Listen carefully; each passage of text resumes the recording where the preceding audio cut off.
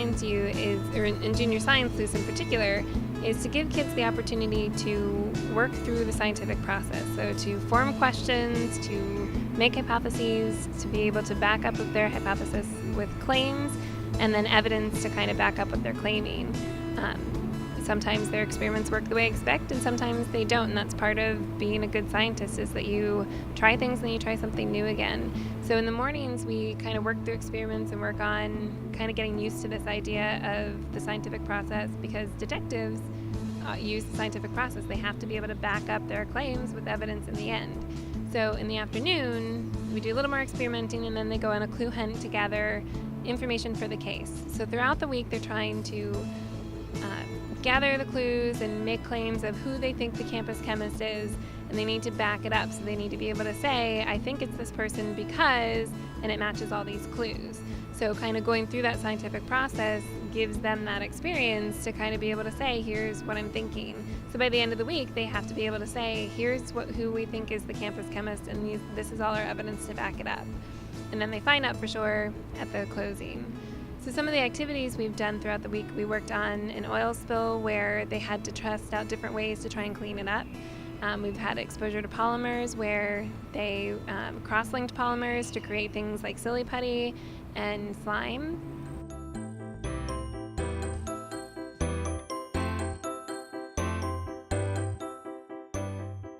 So we're putting together beads, which are the monomers, to make a chain, which we're calling a polymer.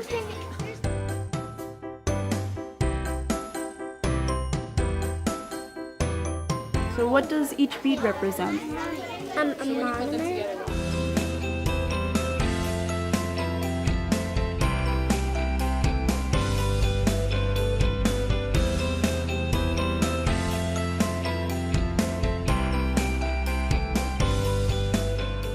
They're learning about how different polymers interact and mix with each other. So they're combining different types of glue with borax and water. And so some of them are going to become like a putty, and then some of them are going to become kind of, what's the word, like a little bit more jelly-like.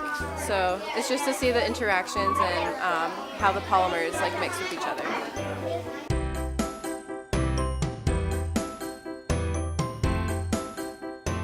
So what is that made of? It's made out of pearl. It's made out of pearlax, blue glue, red food dye, and white glue. And white glue. And so what are you learning about polymers? That polymers can make things change and make them solid.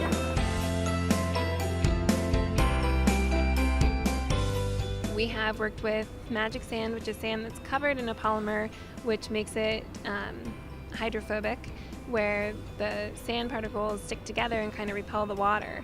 So it's a lot of fun. It's like building sand castles underwater.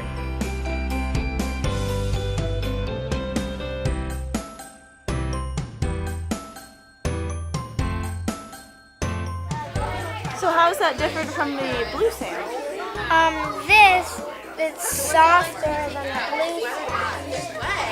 And whenever you take this out, it's dry. But whenever you take this out, it's wet.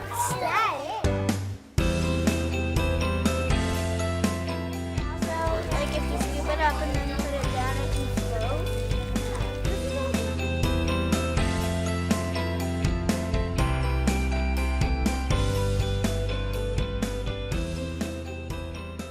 We've also worked with Mentos and Coke to look at how the physical change of releasing the gas from the Diet Coke is caused by the Mentos being dropped in.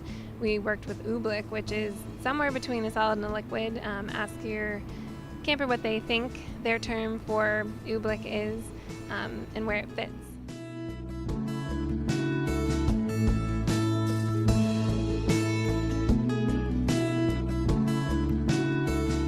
All right, so today the kids were exploring polymers, and as we all know, polymers are many molecules making up substances and compounds. So we just had a little fun outside where the kids are playing with what's known as oobleck, which of course is cornstarch mixed into water.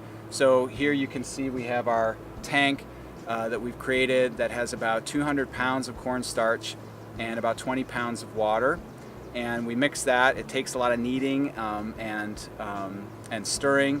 And once it's perfect and ready, the kids come out and they test to determine whether it's really a solid or a liquid. So we've got different terms the campers have come up with, like sliquid or lolid.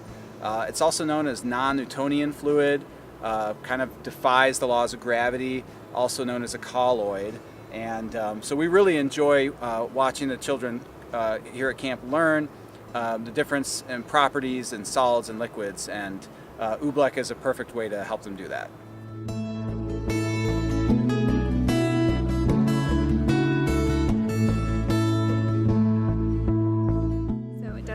Like a solid, it doesn't act like a liquid. It depends on the amount of force that's put on the substance. So when you punch at it, you can actually bounce off and you end up with none of it on your hands or anything. When you run across it, you don't really end up with it on your feet. But if you approach it slowly, you actually sink down to the bottom. So it's like natural quicksand. It's just made in a tank. Ready? 3, 2, 1, go!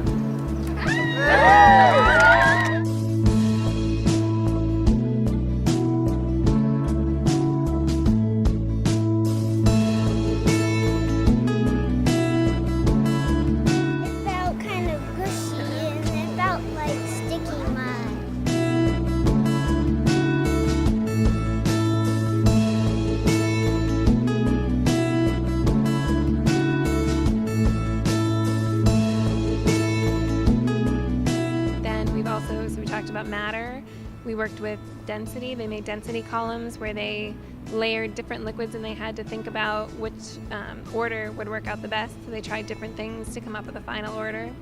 And then with elephant toothpaste, we're creating a chemical reaction. So we're looking at different chemical reactions and acids and bases. It's a busy week. We also were working with force and motion and looking at eggs and how we can package them to be dropped safely from the top of Eisenhower parking deck. So it's a busy week for those young detectives. One of the reasons this camp is important is because it gives kids the exposure to different types of science. It gets them excited about science, and the hope would be that as they grow older, this early excitement kind of encourages them to explore more science and possibly become professional scientists. It's not every child is a scientist anyways, but to become professional scientists later in life. One of the campers, through like almost every activity, he's like, "This is epic." So I think that kind of sums it up.